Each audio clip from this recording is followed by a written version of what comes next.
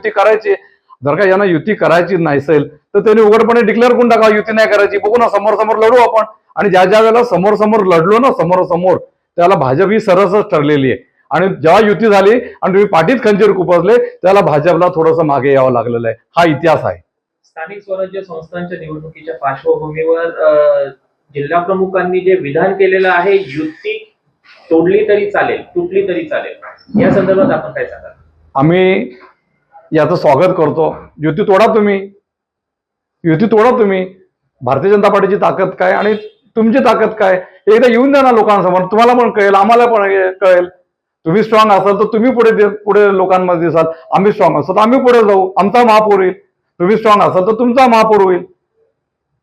त्यामुळे तुम्ही युती तोडाची भाषा करत असाल तर माझी नम्र विनंती की आपण या भाषा नेत्यांशी बोला, नेत्यांना बोलून द्या.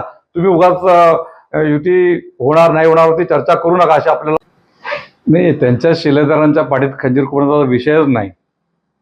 त्यांच्याच उमेदवाराकरता कोकण वसाहत मधले लोक, शांतिदूतच्या लोकांनी हे युती म्हणून विश्वनाथ भोईरांना मदत केली. त्या विश्वनाथ भोईरांनी बिल्डरच्या बाजूने उभे राहिले.